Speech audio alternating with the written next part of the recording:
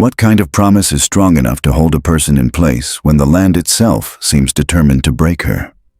The question settles like winter frost over the high desert as the new year dawns pale and cold across Clara Whitfield's ranch. The sky is a thin wash of color over miles of brittle sage. Wind scrapes along the dying fence line and rattles the loose tin of the barn roof. Clara steps outside before sunrise, shoulders wrapped in an old shawl, her breath turning to ghost-white vapor in the air. She pulls on the oversized leather gloves that once belonged to her father, the only shield she has left against the splinters of this life. The gloves smell faintly of sweat, dust, and memory. 6 months without him, and still she hears his voice whenever the wind finds the right note. 6 months of patching fences, splitting wood, checking the well, forcing her body through the relentless rhythm of survival. 6 months of stubborn, aching loyalty to a promise whispered at the edge of death. The ranch stretches out around her, 160 acres of harsh beauty and quiet judgment. Every failure shows. Every weakness becomes part of the landscape. Boards rot and sag. Nails rust and loosen. The earth cracks. Clara lifts the hammer, steadying the broken rail against the post, and strikes. The sound rings out sharp in the cold morning, echoing across the empty fields. She strikes again, and again.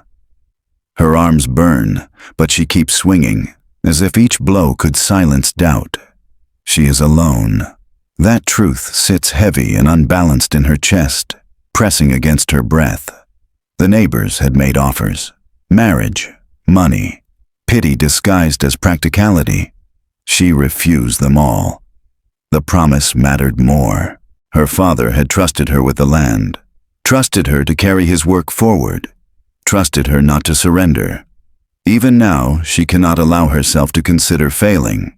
But the land is a relentless teacher, and the lesson is always the same. One person cannot hold back the world. As the sun edges higher, she pauses, wiping her forehead with the edge of her sleeve. The well has been running low. The barn roof bows inward like an old man's spine. Winter is not finished, and the spring may not be generous. She feels the fear at the back of her mind like a shadow she refuses to turn toward. Then she senses it, the faint vibration of hooves through frozen ground. She turns. A lone rider crests the distant ridge, black against the morning light. The shape grows clearer as the horse descends toward the road, snow and dust stirring like pale breath beneath its hooves. The rider sits tall, steady, without hurry. When he draws nearer, Clara can make out the dark leather patch that covers his right eye, the scar that runs beneath it, and the quiet intelligence in the left eye that studies everything without judgment. Samuel Donovan, the man from the next valley over. The one people talk about in lowered voices. A fair man, they say. Private. Capable. Someone marked by loss. He reins in near the broken fence where Clara stands, his voice low, and even when he finally speaks, he comments on the fence, the winter storms, the way the posts lean like tired shoulders. He does not criticize. He observes. She answers with caution, chin raised. She doesn't like the way pity looks on a person's face, and she listens closely for it in his tone. But Samuel simply nods, gaze traveling slowly across the failing fence line, the weary barn, the house that stands strong only through habit. He sees everything and gives nothing away. He dismounts. For a moment, Clara feels the instinct to step back, to defend the little patch of dignity she has left. Then Samuel speaks again, and his words are simple, practical, almost ordinary. He tells her she doesn't have to do this alone. He says 2 hands can steady a beam faster than one. He doesn't offer charity. He offers labor. Then he studies her face quietly, not pressing, not insisting. His presence is unexpected, unsettling, steady as a wooden post driven deep into the ground. Clara says no. The refusal leaves her mouth before she can weigh it. Pride is fast, like a reflex. He accepts it without offense, only giving a slight nod. For a moment they stand in stillness, winter wind threading between them. Then Samuel places his hat back on his head, mounts his horse, and turns toward the open land. Before he leaves, he repeats it calmly, as though stating something older than both of them. Two hands work faster than one. The words linger in the cold like a promise or a warning. Clara returns to the fence. The hammer feels heavier than before. The silence feels louder. She swings anyway. Hours pass. The sky softens into evening. When she finally stops, her shoulders ache, and the loneliness presses in close. That night, as she lights the small lamp and sits alone at the worn table, she thinks about her father's hands. Strong, weathered, never alone at the table. Grief comes in waves. She lets one pass through her, quietly. Dawn arrives again, pale and patient. Clara steps outside, expecting only the familiar routine. Instead, she sees him. Samuel is already there, sleeves pushed up, tools laid out, fresh timber stacked like a promise. He doesn't explain. He simply begins. This time she doesn't say no, not because pride is gone, but because the world has become too heavy to hold alone. So the rhythm changes. Two figures, one fence line, the desert watching, and somewhere in the quiet between their hammer blows, the course of her life begins to bend, though she does not yet know it, and neither does he. The rhythm of their days begins to change, not suddenly, but with the slow steadiness of a river carving stone. Morning comes cold and pale, and Clara finds Samuel already at the fence line, horse tied to a cottonwood, tools laid out with quiet order. He does not linger on small talk, he works. She joins him, matching the swing of her hammer to the weight of his. The ruined fence stretches ahead like a long confession, each broken post a memory of storms, neglect, and grief. Together they begin to set it right. The desert holds its breath as they labor, and in the pauses between the blows, a fragile trust begins to take shape. Clara notices how Samuel never hurries the work, how he studies each post before lifting it, measuring the angle, testing the grain. He does not waste movement. He speaks rarely, but when he does, his words feel necessary. Sometimes he mentions cattle roots or winter storms. Sometimes he says nothing at all. The silence between them is no longer empty. It becomes a place where thoughts can rest. And yet, beneath the growing ease, Clara feels the old tug of pride. This is still her father's land, her responsibility, her promise. Every time Samuel tightens a wire or lifts a rail, a part of her worries she is surrendering something sacred. By the end of the first week, the fence begins to look less like a wound and more like a boundary with purpose again. New wood gleams against the faded earth, strong and straight. Samuel drives a final nail and steps back, eye narrowing slightly as he judges the line. Clara sees the faint trace of satisfaction on his face. He does not brag. He simply nods, almost to himself, and moves on to the next section. She follows. At midday they sit in the shade, sharing coffee from a single tin cup because Samuel forgot his own. It is the kind of detail that would feel intimate if either of them allowed it. But they do not. They sit side by side, watching the wind draw ghostly lines through the grass, and they speak of practical things. Water levels, winter stores. The way storms sweep down from the north with barely a whisper of warning. Samuel listens more than he talks. Clara, who has grown used to speaking only to silence, finds herself surprised by how much she wants to fill the space. But the town is listening too. Word travels faster than a horse through dry brush. A man with one eye and a quiet manner spends his days working the Whitfield fence line. A widow who refuses good sense accepts his help. The story grows, piece by piece, shaped by speculation and envy. At the general store, voices lower. In the saloon, glances drift toward Samuel when he rides through town. They say he must want the land. They say no man works that hard for charity. They say Clara is either foolish or cunning. None of them come to see the truth for themselves. Clara hears the gossip secondhand. A neighbor brings flour and leaves hints lying on the table like crumbs. Another woman remarks on Samuel's eye patch and wonders aloud what kind of secrets a man like that carries. Clara swallows the irritation like bitter medicine. She has never asked Samuel how he lost his eye. It does not matter.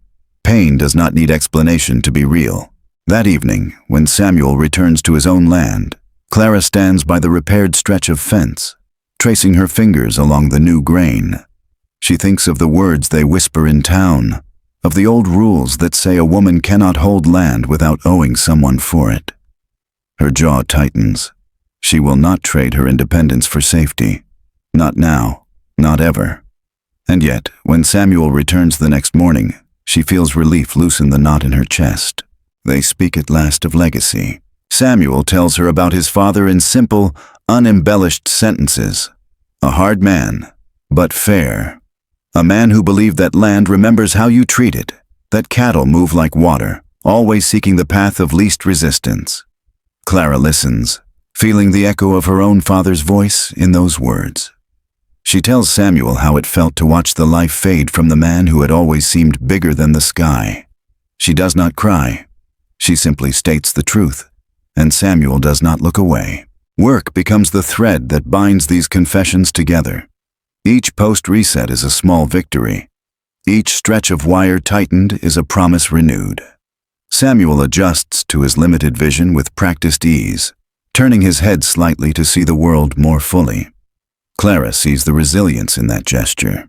It tells her more than any story could, but pride still lives in the shadows. One afternoon, when Samuel reaches to lift a beam, Clara is already straining beneath. She snaps at him without meaning to. The words come sharp. She hears the hurt in her own voice even before they leave her mouth. Samuel pauses. He does not argue. He does not retreat. He simply allows the silence to settle until it is no longer sharp. Then he says, quietly, that strength is not measured by how much weight a person can carry alone. The wind moves across the field like a sigh. Clara apologizes, not with elaborate words, just a simple acknowledgement. Samuel accepts it with a nod. They return to work. That evening they share supper at Clara's kitchen table. The lamp throws a warm circle of light over the worn wood, the chipped plates, the two sets of hands resting beside them. Outside, coyotes sing into the dark. Inside, the quiet feels almost safe. Samuel finally mentions the gossip. He says people will always fear what they cannot label, and that he is used to being misunderstood. Clara meets his gaze, his single steady eye, and promises herself she will not add to that burden. Trust does not arrive with ceremony. It settles slowly, like dust. By the end of the second week, the fence stands straighter than it has in years. The land seems to breathe easier. Clara does too, though she still wakes sometimes with the feeling she has failed her father simply by accepting help. When those moments come, she looks to the horizon, to the rising or falling light, and reminds herself that survival is not betrayal. Samuel rarely smiles, but when he does, it is small and sincere. Clara notices. She pretends not to. The partnership is fragile, beautiful, necessary, and beneath every strike of the hammer, beneath every word cautiously shared, the truth grows. This ranch, and the hearts that labor upon it, are no longer standing alone in the desert. The heat arrives without mercy, rolling across the high desert like a living thing. June turns into July, and the air itself begins to feel heavy, as if the sky has sunk closer to the earth. The wind loses its edge and becomes a breathless whisper. Dust hangs suspended, slow to fall. Even the cattle grow quiet, gathering beneath what little shade they can find, ribs faintly visible beneath their hides. The land does not complain. It endures, but Clara feels every crack in the soil like a fracture inside herself. The mornings begin earlier now, because labor is only bearable before the sun rises fully. Clara and Samuel work in near silence, not because there is nothing to say, but because talking takes too much air. Sweat gathers along Clara's brow before the first nail is driven. Samuel works shirt sleeves rolled to the elbow. His left eye narrowed against the brightness while the patch over the other eye absorbs the glare. He moves with his usual calm, but even he cannot escape the strain. The land drinks everything. They begin checking the well more often. At first, it is habit. Then it becomes ritual. Clara lowers the bucket and listens for the hollow echo of water. Each day, the rope seems to travel farther before the sound comes. One morning, she hears only silence. She lowers it again and again. Finally, the bucket thuds against dry stone. The rope trembles in her hand. She stands there for a long moment, staring down into the darkness. It feels like standing at the edge of grief again. Samuel hears the stillness before he sees the truth. He crosses the yard and looks at her face, then at the well, and understands. He does not say he is sorry. He does not offer comfort wrapped in empty words. He simply nods once, as if accepting a verdict handed down by the land itself. Then he begins to think and plan and move. Clara calculates the distance in her head. The nearest reliable water is 3 miles, 3 miles there, 3 miles back, repeated again and again under an unforgiving sun. She knows she cannot maintain the ranch and haul water at that pace for long. Her body will fail her. Her willpower will not matter. Pride will not matter. The limits she has pretended do not exist will become impossible to ignore. The first day, she tries anyway. She loads barrels onto a small wagon and drives toward the creek. The dust rises behind her like a thin ghost. The horse struggles, muscles trembling beneath its hide. By the time she returns, the sun has climbed to its fiercest height. Sweat stings her eyes. Her hands tremble as she unloads the water. She tells herself it is manageable. She tells herself she can do this. Samuel says nothing, but his gaze lingers longer than usual. The second day, she makes the trip twice. The third day, 3 times. The fourth day, she nearly collapses halfway home. Samuel catches her before she hits the ground. They sit in the shadow of the wagon, the world shimmering with heat. Clara cannot quite meet his gaze. She hates the weakness in her limbs, the unsteady sound of her breath. She hates feeling small, breakable, human. Samuel waits until her breathing steadies. Then he says, in the quiet way he has, that no one fights the desert alone and wins. The next morning, when Clara steps outside, barrels already stand stacked beside the well. Fresh water glows dark and cool inside them. Samuel arrives leading another horse, fully loaded. He says only that he will continue bringing water, not for a day, not as a favor, for as long as it is needed. Clara's first instinct is refusal. The word rises to her lips out of habit. Pride is stubborn. Pride has sharp edges. She nearly cuts herself on it again, but she stops. Because she remembers the moment her father whispered his last request. Because she remembers the exhaustion in her bones. Because she sees the quiet determination in Samuel's face. Not pity, not conquest, simply commitment. She swallows the refusal and nods. Samuel builds a schedule without announcing it. Mornings begin with work. Midday brings hauling. Evenings bring repair. He never asks for thanks. He never suggests she owes him anything in return. When the gossiping voices in town grow louder, he listens to them the same way he listens to the wind, patient, unaffected, unwilling to bend. Sometimes they talk on the long drives to the creek. The desert seems endless out there, a wide-open sea of gold and stone. Samuel tells her that independence is not the same as isolation, that strength does not require silence. Clara listens, and the truth sinks in slowly, the way water seeps into dry soil. But accepting help is not a single moment. It is a battle fought again and again inside the heart. One evening, after the day's final load of water has been stored, Clara lingers beside the well. Samuel leans against the rail, his single eye tracing the horizon where the sun bleeds into orange and violet. The silence between them is full of things unspoken. Clara finally says that she feels like she is failing, not the ranch, but the promise to her father. She says the words carefully, as if they might shatter. Samuel turns to her and says the simplest thing she has ever heard. Promises are not meant to break the people who keep them. The words strike deeper than the desert heat. The days pass. The heat holds. The barrels never run dry. And slowly, Clara begins to understand that survival is not an act of solitude. It is a choice to trust, to share burdens, to believe that letting someone stand beside you does not erase who you are. It strengthens it. Samuel keeps showing up. The land keeps waiting. And the fragile bond between them, born from work and silence and shared exhaustion, begins to shift into something neither of them dares to name yet. Something steady, something real, something that feels, finally, like hope. Winter does not arrive gently.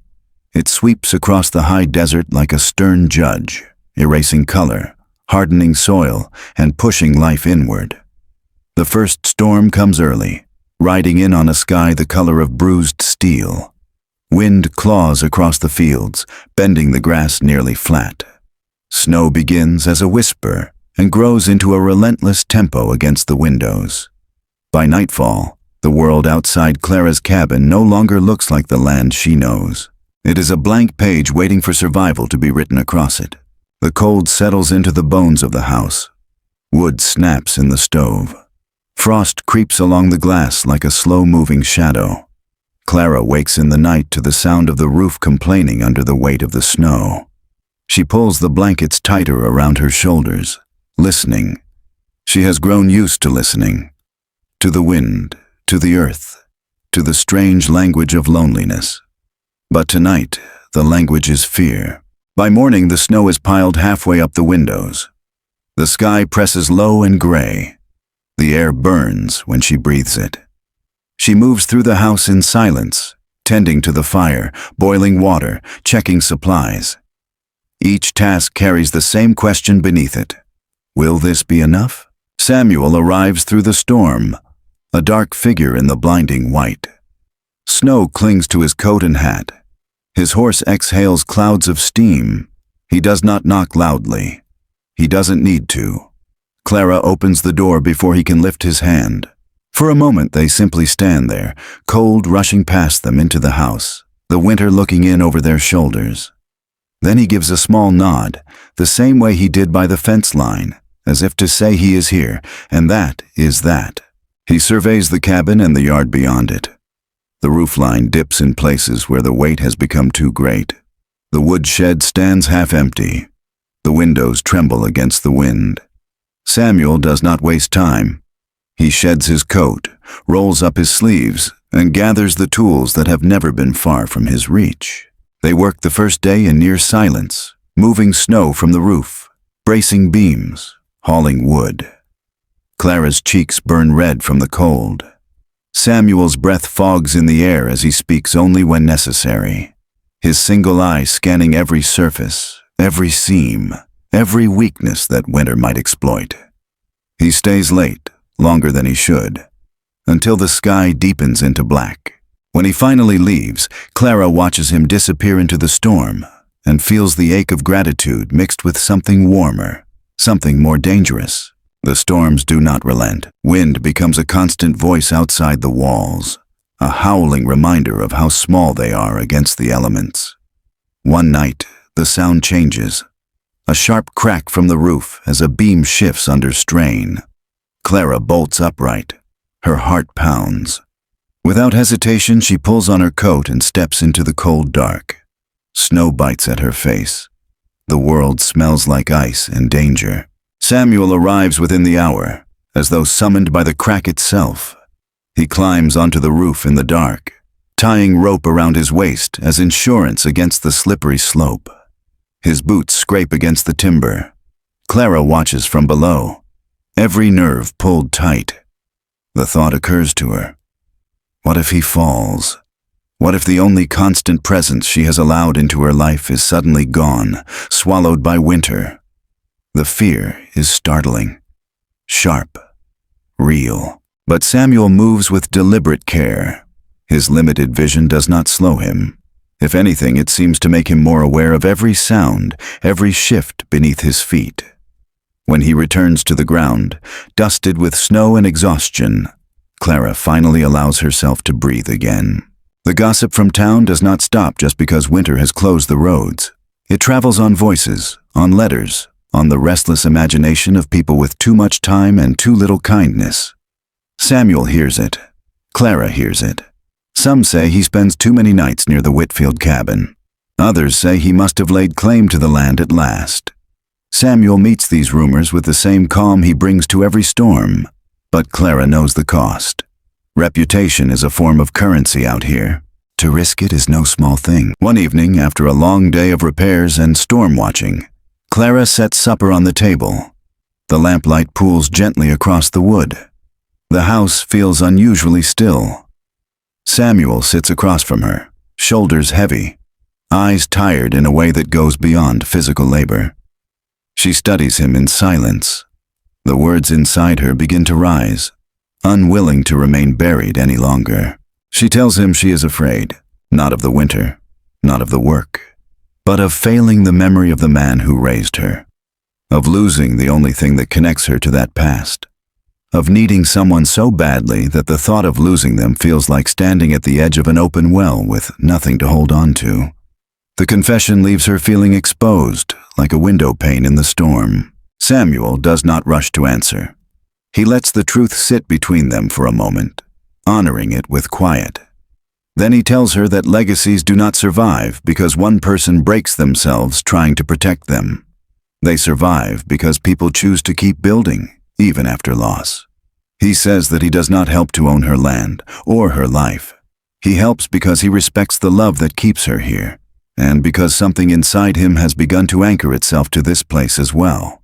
He risks more than reputation by saying it. He risks the illusion that this is only labor, only practicality, only survival. Clara feels the shift like a change in weather. From that night on, the work no longer feels like two separate lives intersecting by necessity. It feels like something shared, a quiet partnership forged not from convenience, but from recognition.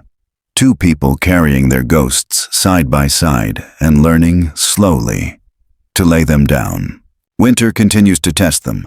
Windows crack beneath the pressure of cold. Snowdrifts pile against the barn like white waves. Yet each trial seems to knit them closer, binding trust more tightly than any nail or board.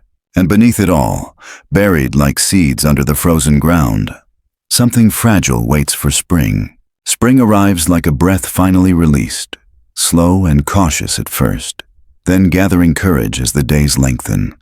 Snow shrinks back from the fields. Water runs again in narrow silver threads. The land that once seemed brittle and unforgiving begins to soften, as if the earth itself has decided to remember how to hope.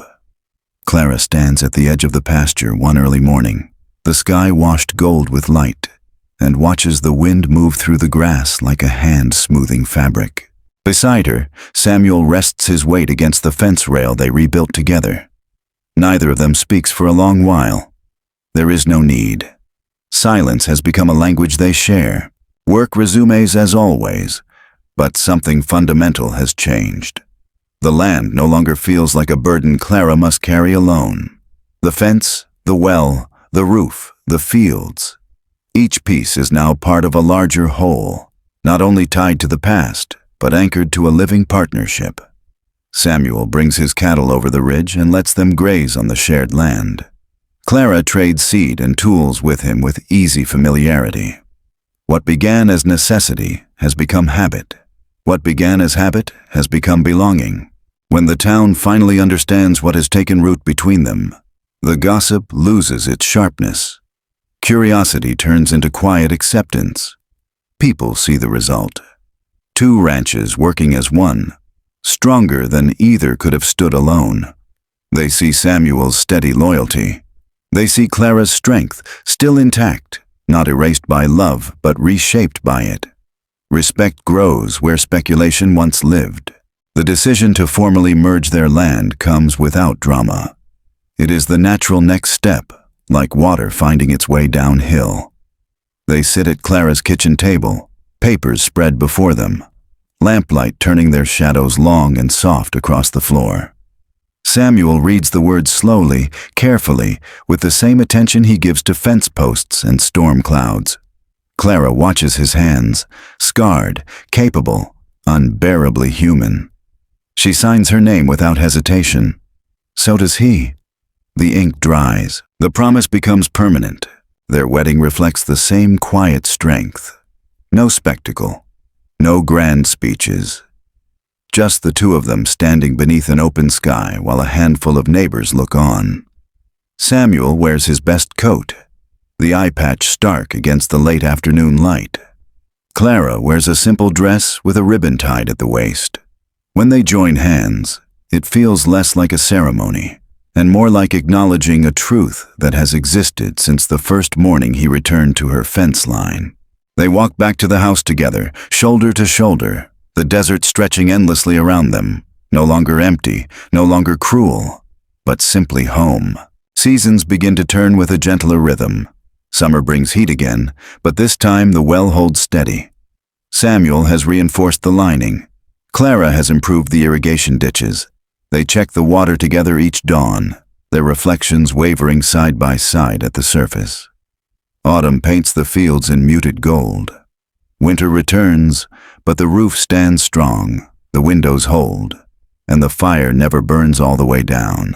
The storms that once threatened to strip everything away become simply another part of the cycle. Something to meet together, not to fear alone. Every so often Clara thinks of her father. Sometimes it is the sound of his boots on the floor that comes back to her. Sometimes it is the roughness of his voice, the way he used to talk to the land like it could hear him. She still keeps his leather gloves, folded neatly in the drawer beside the stove, but she no longer wears them every day. Her own hands have grown into their work, calloused, steady, confident. She understands now that honoring him never meant living inside his shadow. It meant letting the ranch continue, even if it had to change, even if she had to change with it. Samuel speaks little of the life he lived before, of the eye he lost, of the losses that cannot be seen. But there are moments when he allows the truth to show. The quiet gratitude in his single steady gaze when Clara laughs without reservation, the way his shoulders ease when he sits beside her at the end of a long day. The scars remain, but they are no longer the most important thing about him. What matters is the way he shows up each morning. What matters is the way he stands, unwavering in every season. People begin to say that the Donovan Whitfield Ranch is one of the most reliable stretches of land in the region. Cattle thrive there, fences hold, water stays true. But if you asked Clara or Samuel what they value most, they would not speak of cattle or fences. They would likely say it is the space they have built inside each other's lives. A room made of trust, where pain is not denied, but gently folded into something larger than itself. On evenings when the sky burns itself out in shades of amber and violet, they sit on the porch and let the day release its hold. The air is filled with the soft sounds of night. Crickets, distant cattle, the faint rustle of dry grass. Clara leans back, eyes half closed, and lets the peace of it settle deep inside her. Samuel sits close enough that their shoulders almost, but not always, touch. Sometimes he turns his face slightly, using his good eye to watch the horizon. Sometimes he watches her instead. The promise Clara once made feels different now. Lighter, not because it matters less, but because it is no longer carried alone. Love, in its quiet, steadfast way, has broadened the meaning of everything. Of family, of legacy, of home. The ranch that once felt like a test has become a shared life. Two stories woven into one. Two hearts learning, slowly and carefully, that strength grows best where trust takes root. And so they rise each day and work, shoulder to shoulder, beneath the same wild sky. The land endures, the fence stands true, and somewhere in the quiet between their footsteps, the future opens before them, steady, hopeful, and beautifully, defiantly alive. The land rests now, and so do they. The long storms have passed. The fences stand unbroken. The well sings softly with water once again. Clara and Samuel sit together at the end of a long day, watching the sky fade into its evening colors, and every breath feels slow and peaceful. The desert, once harsh and lonely, has softened into a place of safety and memory. The house holds warmth. The table holds laughter. And the years stretch forward like a calm road beneath a wide-open sky. Love has done its work, quietly, faithfully, turning burden into blessing, duty into devotion, and solitude into companionship. Their father's legacies remain, not as heavy weights, but as gentle guiding hands on their shoulders. Two lives that once walked alone now move together, step by step, heart by heart, into whatever tomorrow brings. And in that stillness, surrounded by the hush of evening, the truth settles gently into place. The strongest homes are built not from wood and wire, but from trust, kindness, and the courage to let another soul in. End of article. Good night.